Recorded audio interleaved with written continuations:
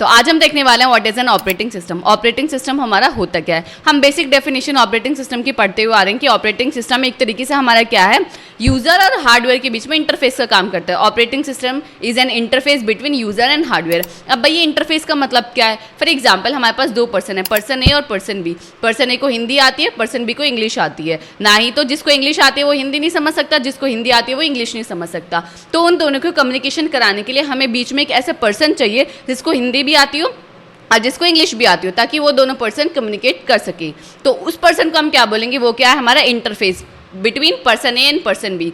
इसी तरीके से जो हमारा ऑपरेटिंग सिस्टम है वो हमारे किसके बीच में, यूजर और हार्डवेयर के बीच में इंटरफेस का काम करता है। क्योंकि हार्डवेयर हमारी कौन सी लैंग्वेज समझता है, बाइनरी। अब जो यूजर है वो बाइनरी में तो लिख नहीं सकता, बाइनरी में कोड करेगा तो वो तो पॉसिबल ही नहीं है।